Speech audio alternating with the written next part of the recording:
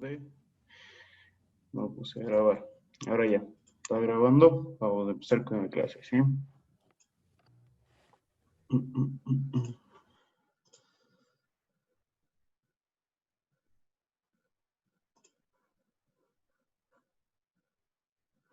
Listo.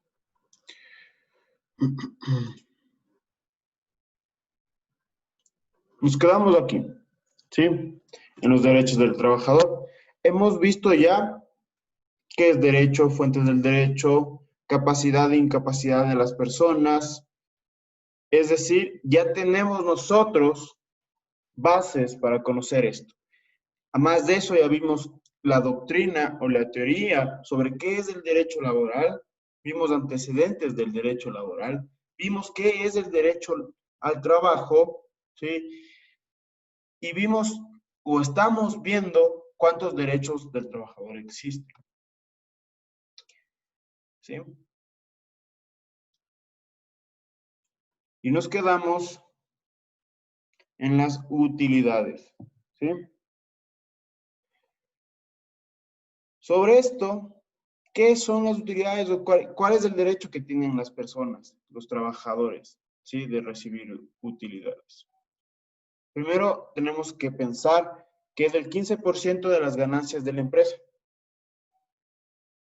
¿sí? El 10% para los trabajadores y el 5% es para las cargas familiares que existieren, ¿sí? Eso se reparten entre los trabajadores, el 15% de las ganancias de la empresa.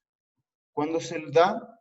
Se debe dar en abril, ¿sí? Hubo unas modificaciones existentes por todo lo que ocasionó el COVID dentro del país y tenían hasta junio, si mal no recuerdo, ¿sí? Tenían hasta julio, si mal no recuerdo, tenían la posibilidad de los empleadores pagar el derecho a las utilidades, ¿sí? Veo el chat y me dicen que subsidio por maternidad no hemos visto. Bueno, vamos a verlo ahorita.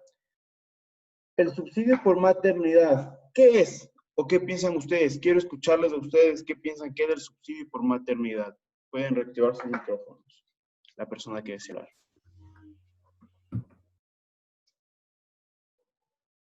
El subsidio por maternidad. Profe. ¿Qué Hola, tal? buenas tardes. ¿Qué tal, Iván? ¿Cómo está, profe? Gracias. Bueno, creo que el subsidio es un valor que se deposita, que se paga a la madre de familia que no se encuentra trabajando, pero me parece que se le subsidia un equivalente al 75%. Un subsidio del 75%. Es por 12 semanas, 84 días, me parece que estábamos hablando del día a día, ¿no es cierto? Que equivale al 75%. Y me parece que es la última, dependiendo de la última remuneración de la afiliada, es decir, de la madre de familia. Sí, es dependiendo de eso, es del 75% que dé un subsidio por maternidad el Instituto Ecuatoriano de Seguridad Social. Sí, muy bien, Iván, muchas gracias. Gracias. El subsidio por maternidad, sí, es un derecho que tienen las madres a que el Instituto Ecuatoriano de Seguridad Social dé este subsidio por maternidad. ¿En qué consiste? En que se le pague el 75%, ¿sí? De el salario y 25% para el empleador cuando la madre se encuentre en maternidad. ¿Sí? ¿Gracias a qué? ¿Gracias a qué de este subsidio? A la afiliación al Seguro Social. La afiliación al Seguro Social nos da otro derecho, que pueden irlo enmarcando, ¿sí? Después de eso, tenemos el derecho a los certificados. Es decir, todos nosotros, todos los trabajadores tenemos derecho a ir al empleador a solicitar un certificado de trabajo, ¿sí? Y no se nos puede negar a otorgarnos el mismo. ¿sí? De ley, nos debe entregar el certificado que nosotros estamos requiriendo para cualquier trámite personal que nosotros tengamos o queramos realizar. No nos pueden negar este derecho, ¿ok? Vamos a continuar. Como ustedes saben, como existen derechos, también existen obligaciones, ¿sí? Obligaciones. Hay obligaciones tanto para el empleador como para el trabajador. Estas obligaciones se encuentran estipuladas en el Código de Trabajo.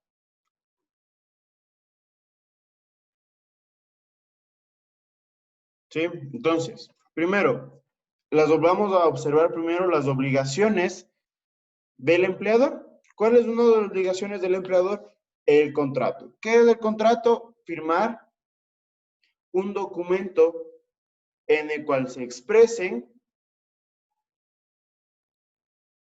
las condiciones laborales, remuneraciones, etcétera. Sí, el contrato, ¿qué tiene que ver o cuál es una obligación del empleador? Es firmar el contrato.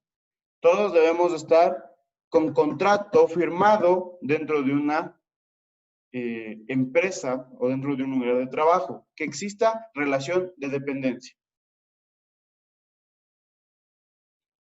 ¿Sí? Después de eso, otra obligación del empleador es la inscripción del contrato. Para que un contrato sea válido, se debe inscribir en el Ministerio de Trabajo. ¿Sí? Es más o menos como si nosotros adquirimos una casa y no inscribimos en el registro de la propiedad, pues simplemente esa casa no es nuestra.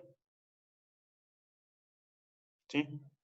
Por lo tanto, la inscripción del contrato en el Ministerio de Trabajo es importante. ¿Por qué? Porque si no se inscribe por parte del empleador, puede acarrear un sinnúmero de juicios, tal vez de reclamos, y no va a tener cómo probar si es que no está inscrito el contrato. ¿Por qué? Porque puede ser un contrato que se lo firmó sin la legalidad del caso. ¿Sí? Otra obligación del empleador es la afiliación al Seguro Social o al IES. Sí, como ya lo observamos con anterioridad, decíamos que la afiliación al Seguro Social se debe dar desde el primer día de trabajo. ¿Sí? La afiliación al Seguro Social es una obligación del empleador. No maltratos, es decir, que no, el empleador no tiene por qué maltratar ni física ni psicológicamente a un empleado, a un trabajador. ¿Sí? O sea, es decir, que yo no puedo recibir maltratos físicos o emocionales de parte de mi jefe o del empleador. Eso se puede considerar como un acoso laboral. Y volvemos a que si el empleador no cumple con estas obligaciones, pues simplemente se hace un reclamo al Ministerio de Trabajo o a su vez puede llegar a juicio. ¿Sí? Pagar la remuneración. En el contrato siempre va a estipularse la remuneración. ¿Sí? Es decir, ¿cuánto nosotros ganamos por las actividades que estamos realizando? Por lo tanto, es una obligación del empleador pagar la remuneración. Acordada, obviamente. Asumir el porcentaje de 11.15% en concepto de afiliación. ¿Sí? Es decir, pagar la afiliación al IES. ¿Sí? Pagar los 13º y 14º salario o más conocido como bonificaciones adicionales.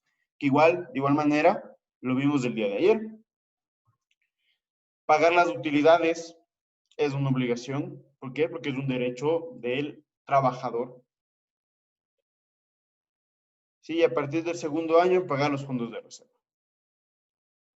¿Sí? Si nosotros nos podemos dar cuenta, casi todas las obligaciones, por no decir todas las obligaciones del empleador, son derechos del trabajador. ¿Sí? Que el empleador debe cumplir. ¿Qué pasa si no incumple una de estas obligaciones? Pues se presenta un reclamo ante el Ministerio de Trabajo o, a su vez, una denuncia para que el Ministerio de Trabajo, quien es el órgano rector, el órgano regulador de estas relaciones laborales, se pronuncie al respecto. Y a su vez, también podemos ir hacia instancias un poco más drásticas, por así decirlo, que son los jueces de trabajo, que son los tribunales. Si es que a su vez tuviéramos una denuncia, ¿sí?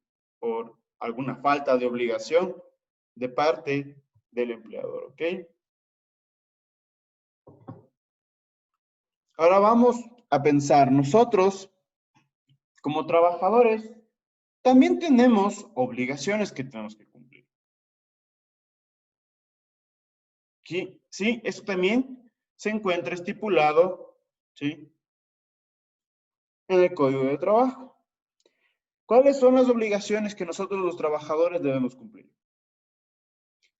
La primera obligación es cumplir nuestro contrato a cabalidad. Es decir, cumplir con las actividades, cumplir con las obligaciones que me estipulan el contrato. ¿Sí? A cabalidad. Mantener un comportamiento respetuoso. ¿Sí? Nosotros no podemos ir con un comportamiento un poco desafiante, por así decirlo, hacia nuestro jefe o hacia nuestro empleador. Sí, eso puede ser visto como una causal para el visto bueno. Sí, debemos mantener un comportamiento respetuoso y siempre cumpliendo con las normas, tanto internas de la institución donde estemos trabajando, para así tener un buen ambiente laboral. Sí, otra obligación, restituir aquellos materiales o instrumentos que por negligencia han sufrido algún daño.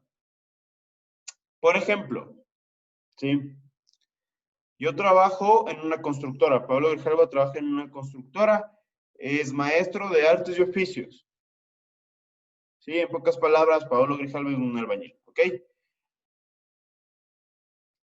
Yo, Pablo Grijalva, por negligencia mía, es decir, por una imprudencia o una equivocación mía, dañé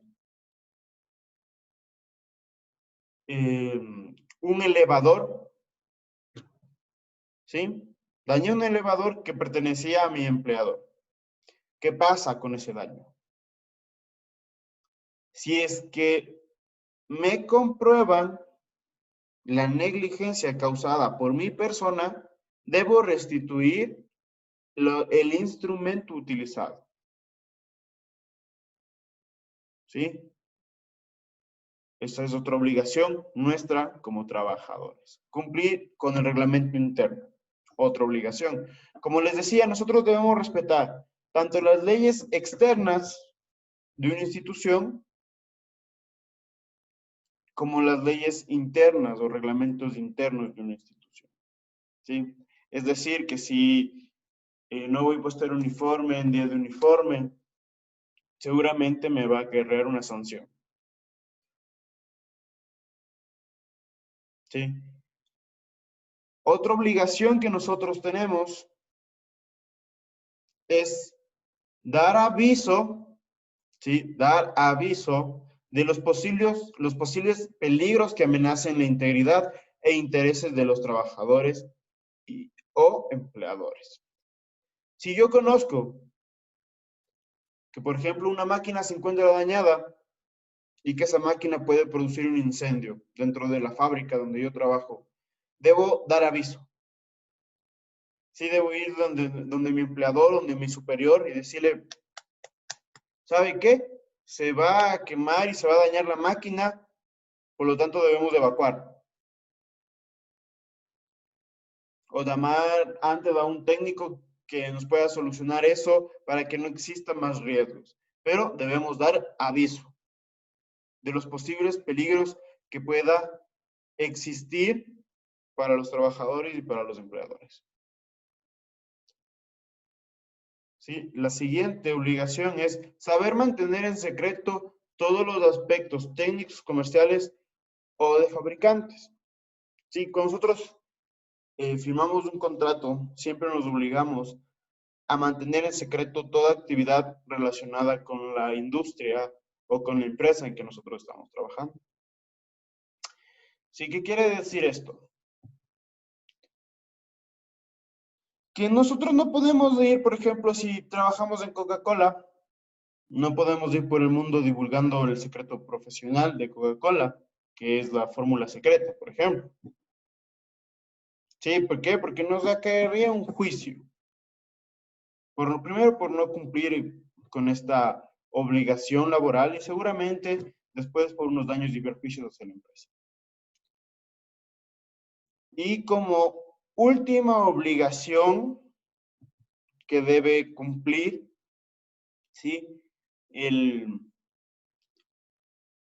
trabajador tiene que siempre, siempre, siempre, siempre cumplir con las medidas higiénicas que tiene cierta parte de las empresas, cumplir con las medidas higiénicas, ¿ok? Por ejemplo, ahorita que estamos en esta época de pandemia, seguramente las medidas de higiene de las empresas se han fortalecido.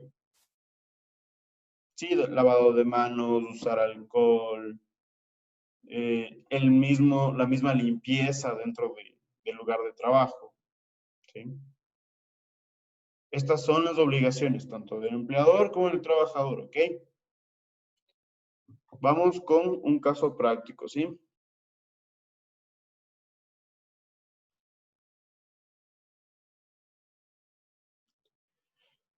Voy a solicitar ayuda de ustedes, quien desea ayudarme, ¿sí? En este caso práctico, Elizabeth Portilla.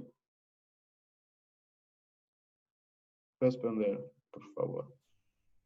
Ya, profe. Ya, ¿sí me escuchas? Sí. Listo, a ver. Vamos. El caso práctico es el siguiente. Tú estás leyendo, ¿no es cierto?, ciertas obligaciones que acabamos de ver, tanto del empleador como del trabajador. ¿Sí? Yo te voy a decir la obligación y tú me vas a decir de quién es. Ya, inscripción del contrato. Del empleador. Obligación del empleador. Obligación del empleador. Muy bien. Mantener un comportamiento respetuoso. Obligación del trabajador. No maltratos. Obligación del empleador. Cumplir con el reglamento interno. Obligación del trabajador. Pagar utilidades. Obligación del empleador. Cumplir con las medidas higiénicas o de higiene. Obligación del trabajador. Pagar los 13º y 14º salarios de tiempo. Obligación del empleador. Muchas gracias, Elizabeth. Sí, esto es el caso práctico que hemos traído a colación el día de hoy, ¿sí? Vamos a dejar de compartir. Me regalan solo un segundo de su tiempo.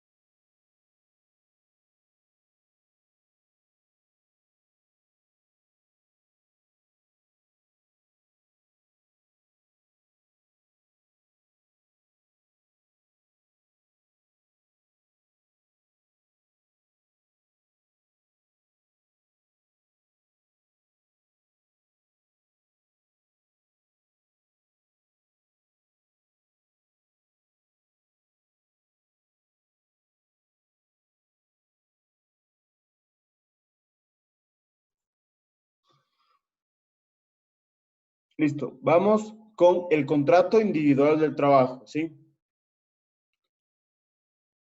Antes de nosotros conocer sobre el contrato individual del trabajo, primero tenemos que conocer qué es el contrato.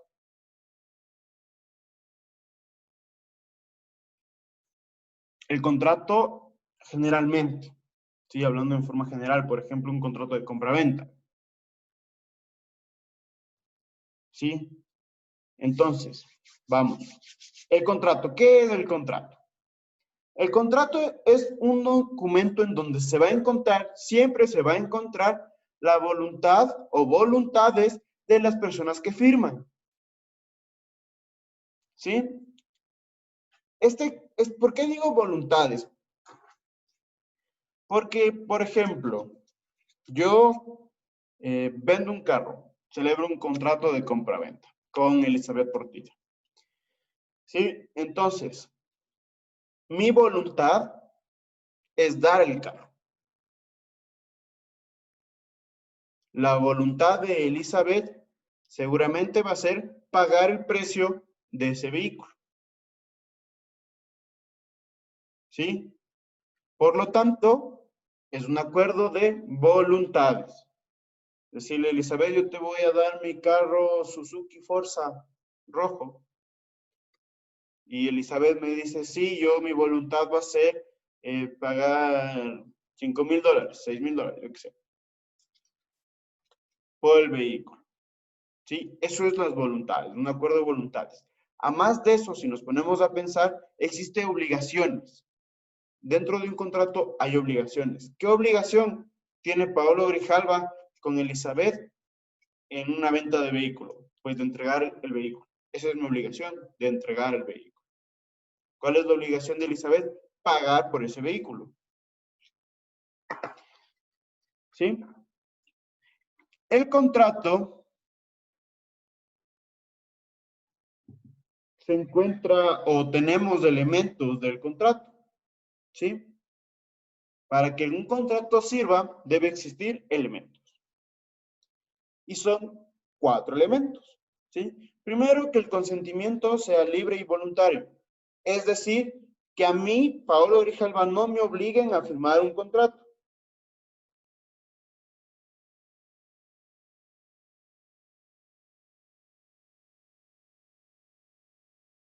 Sí, o sea, nadie me puede forzar, nadie me puede obligar, nadie me puede poner una pistola y decirme firma.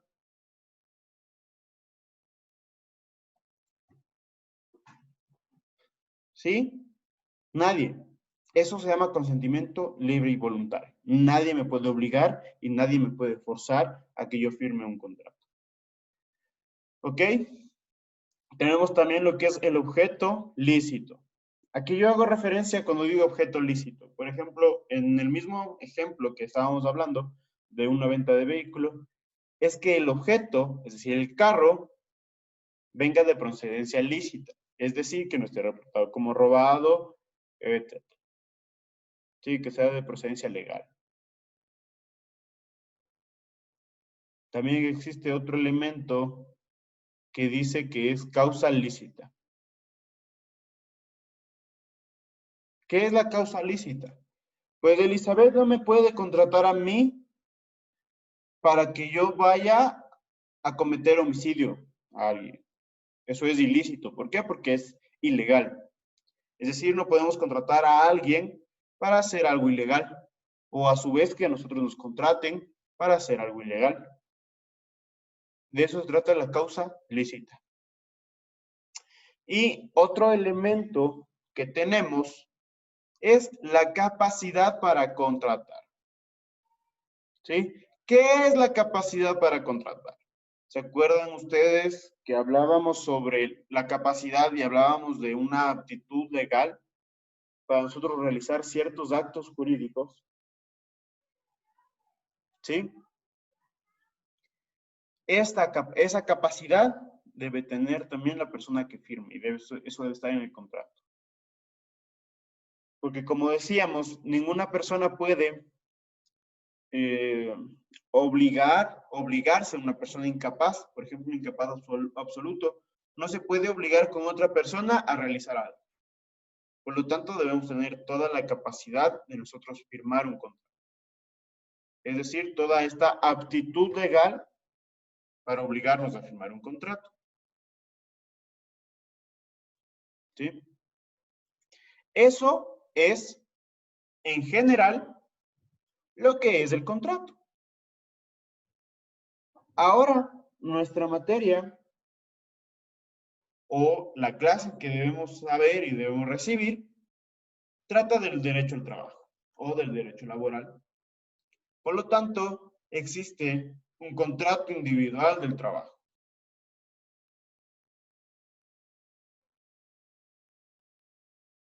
¿Sí? Vamos con la definición del contrato individual del trabajo. Esto se encuentra en el artículo 8 del Código de Trabajo. Es el documento por el cual una persona se obliga con otra a prestar servicios lícitos y personales. Y la otra parte se compromete o se obliga a pagar una contraprestación conocida como remuneración por esa prestación de servicios lícitos y personales. Es decir, la primera parte, la parte que se obliga, si una persona a prestar los servicios lícitos y personales, pues es el trabajador.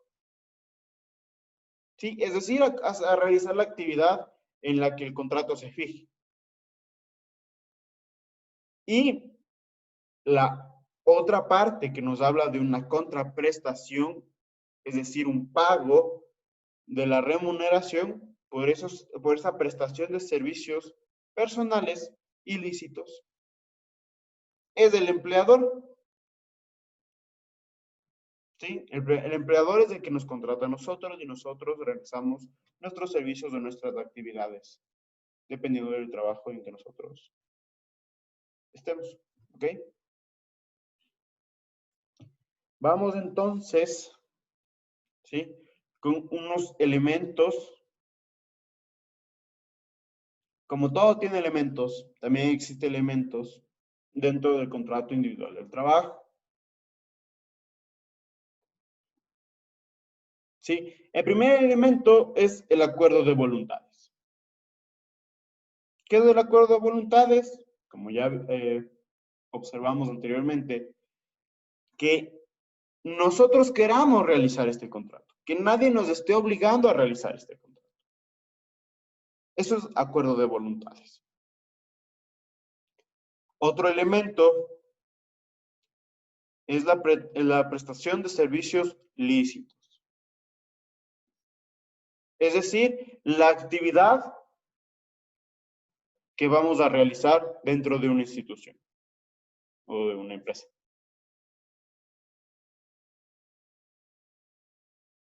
¿Sí?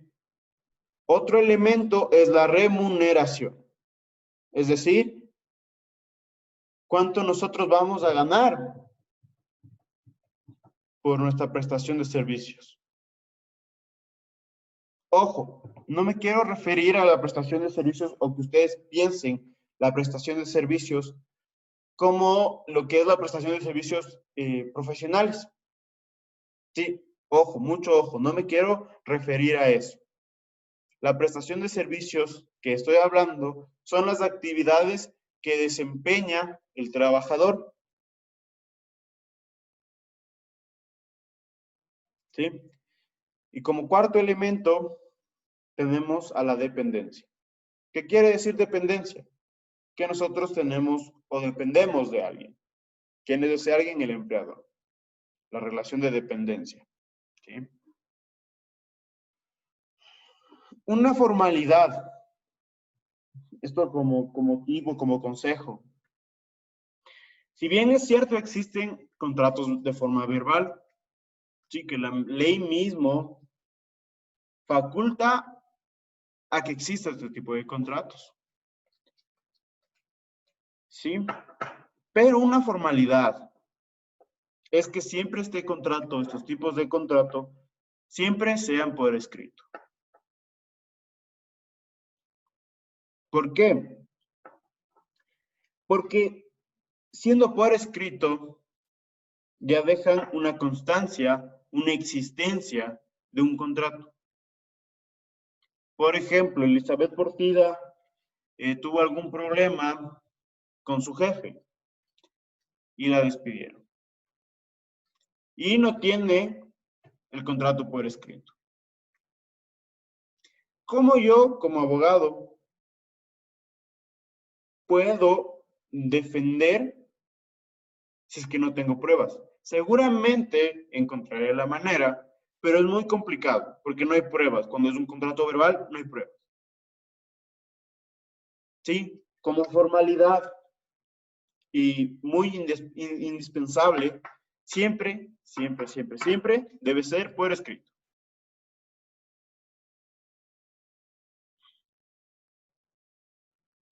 Vamos ahora a hablar de la clasificación de contratos laborales. ¿Sí?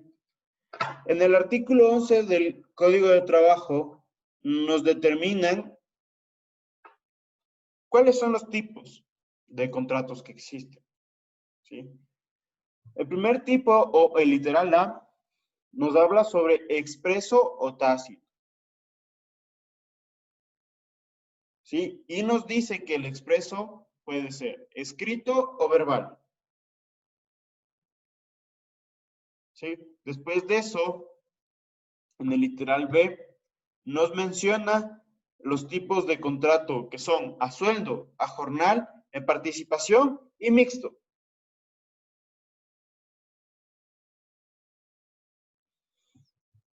Después tenemos por tiempo indefinido, de temporada, eventual y ocasional.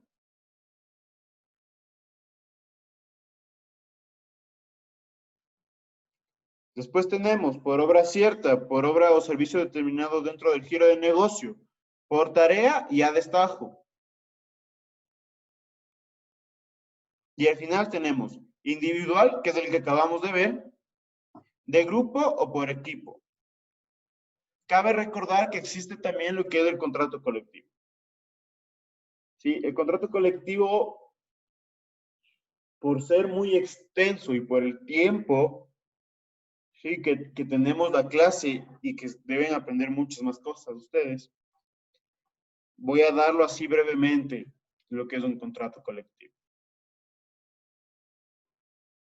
¿Sí? Vamos a continuar. Vamos a tomar un pequeño descanso, ¿sí?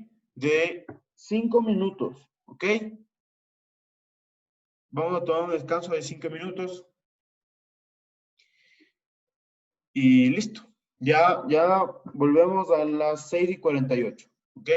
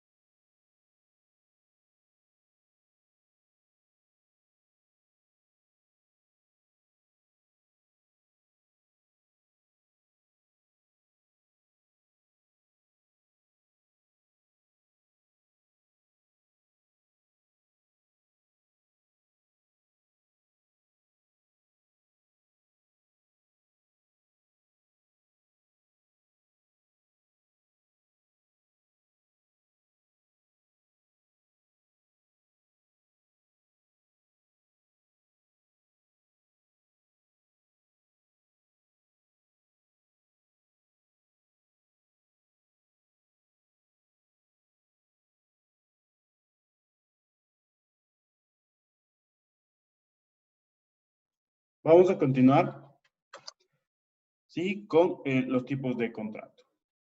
Entonces, estábamos observando que existen tipos de contrato expreso y tácito. ¿Qué es el contrato expreso? El contrato expreso es aquel que las condiciones del trabajo deben estar expresadas, ¿sí? Como su propio nombre lo dice. Deben estar especificadas, por así decirlo. Como un ejemplo, puedo decir que si nosotros contratamos a una persona en artes y oficio,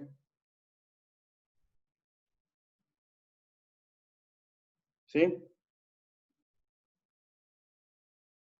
Si nosotros celebramos un contrato expreso, debemos dejar por sentada la actividad que va a realizar y cómo tiene que realizar esta actividad. Por ejemplo, les contratamos para que realice un cuarto. Sí, tiene que tener 4 paredes, tiene que utilizar tal pala, tiene que utilizar así la mezcla de cemento, arena, ripio, etcétera, para que pueda realizar su trabajo. Es decir, debemos expresar o debemos especificar todo lo que es la condición o la actividad que va a realizar esta persona. ¿Sí? Y se reduce a escrito o verbal. El escrito es un documento, ¿sí? Valga la redundancia. El verbal se lo realiza de manera oral. Es decir, que yo le digo, mire, ¿sabe qué? Deme haciendo esto así, así, así, así, con estos implementos. Eso es un contrato de manera verbal. Como les dije, no es muy recomendable hacerlo. ¿Por qué? Porque no se tiene una constancia de que existe tal contrato. Vamos con el siguiente, que es el contrato tácito. ¿Sí? ¿Qué es el contrato tácito? Pues que las condiciones de trabajo ya se sobreentienden, no necesitan estar escritas. Por ejemplo, si yo le contrato, mismo ejemplo del anterior contrato. ¿Sí? Si yo le contrato a una persona experta en el arte y el oficio, como son los maestros de albañiles, y yo le digo, constrúyame un cuarto. ¿Sí? El albañil, por su experiencia, ya va a saber cómo construir, cómo es la mezcla, etcétera. ¿Sí? Por lo tanto, las condiciones del trabajo se sobreentienden. Esos son los dos primeros tipos de contrato que tenemos o que existen. ¿Sí? Ahora vamos por su remuneración. Existen contratos a sueldo y contratos a jornal.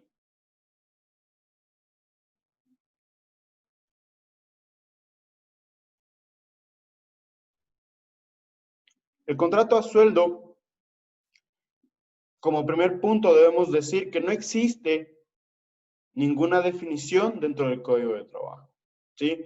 Pero la costumbre y cómo hemos venido realizando este tipo de contrato, podemos decir que un contrato a sueldo es aquel que recibimos nuestra remuneración mensualizada.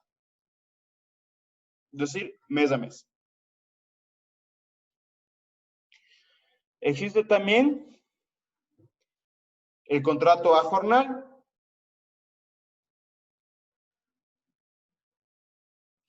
Para conocer este tipo de contrato debemos saber primero qué es a jornal, ¿no? Jornal es jornada y la jornada es considerada como un día de trabajo. Es decir, que el contrato a jornal es la remuneración que se paga por día trabajado. Sí, por ejemplo, aquí podemos decir que si nosotros contratamos a albañiles, por ejemplo, para que construyan nuestra casa, hay un tipo que nosotros pagamos la semana de trabajo. Sí, eso es la jornal. ¿Por qué? Porque le pagamos por día de trabajo y se le paga por 5 días. Se le paga solo 5 días y se le va pagando semana a semana. ¿Ok? Ahora aquí les quiero hacer una pregunta a ustedes. ¿Saben ustedes la diferencia entre sueldo y salario?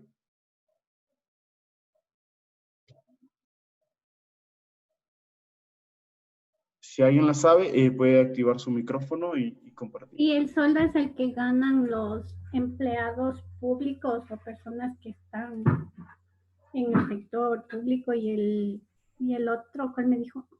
Sueldo y salario. Y el salario es lo que ganan los jornaleros o personas que tienen oficios. Ok. ¿Alguien más tal vez tiene otro punto de vista sobre cuál es la diferencia entre sueldo y salario? El sueldo ya está especificado cuánto se va a ganar. En cambio, el salario, en cambio, es pues se puede acordar con el empleado. Ok. Muchas gracias, Juan Carlos. ¿Alguien tal vez otro punto de vista? El sueldo, profe, el sueldo es el dinero que recibe el trabajador dentro de una empresa, ¿no? Y el salario, en cambio, es calculado por las horas que prestan de trabajo. Ok, muchas gracias. Sí, a ver, vamos a hacer esto. Sueldo, primero existen diferencias, ¿no? Sueldo es el que se recibe al mes. Eso es sueldo. Salario, como su nombre mismo lo dice, salario diario, se le va pagando por día.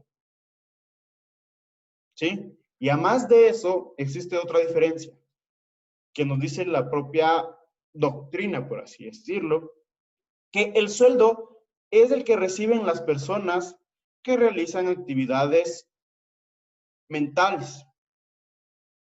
¿Sí? Es decir, las personas que trabajamos en una oficina. Y el salario son las personas que realizan su actividad de manera física. Es decir, los obreros. Sí, esa es la diferencia entre sueldo y salario. ¿Ok? Vamos a continuar. ¿Sí? Por su remuneración. Existe. ¿Sí?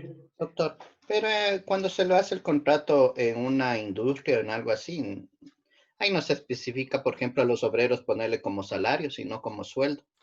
Les especifican simplemente de manera general. Les ponen la remuneración, es tal. Claro.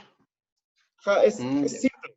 Es para no buscar ningún tipo de problema jurídico después, por así decirlo. Sueldo y salario existen diferencias, sí. También existen diferencias que ustedes deben saberlo entre término y plazo. ¿Y qué es término y plazo? Es el transcurso del tiempo, ¿verdad? El término, cuando ustedes, por ejemplo, tengan una resolución o que la propia ley les dice que tienen término de 30 días para realizar cierta actividad. Término se refiere a que solo corren días laborales, no sábados y domingos, tampoco feriados, solo días laborales. Plazo, corren todos los demás días, es decir, si te dicen hoy que llevamos 5 de agosto, tienen 30 días. Corren literalmente 30 días con sábados, domingos y feriados.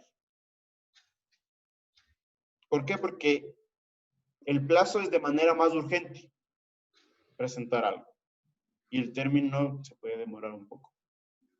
Existen diferencias así, que nosotros tal vez no las sepamos, o no podamos, o no sepamos cómo utilizar. Pero en el sueldo y el salario, los empleadores, para no buscarse un problema, le ponen la remuneración va a ser tal. Ya, gracias, profe. Ya. Vamos a continuar, ¿sí? Vamos con la misma clasificación de por su remuneración, ¿sí? Y vamos a encontrar en participación y mixto, ¿ok? ¿Qué es el contrato en participación? Es el contrato por el cual el trabajador tiene parte de las utilidades del negocio como una remuneración de su trabajo. Por ejemplo, yo, Pablo Grijalva, trabajo en La Favorita, ¿sí? Y además de eso, soy accionista de La Favorita. Soy abogado de la corporación La Favorita y también soy accionista. En mi remuneración va a estar también el valor de mis acciones. Y además de eso, tengo mi remuneración por abogado de La Favorita. ¿Sí? Eso es en participación. Existe el contrato mixto. El contrato mixto seguramente lo hemos conocido antes.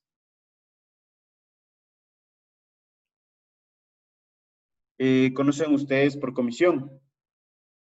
¿No han escuchado? Un contrato por comisión es un contrato mixto. Sí, que además de que tenemos nuestro sueldo o nuestro salario fijo, también tenemos una retribución si nosotros vendemos cierto producto de la empresa. Eso es por comisión, o conocido generalmente mixto. Contrato por remuneración mixta, ¿ok? Vamos, ¿sí? Vamos a dejarlo hasta aquí. ¿Por qué?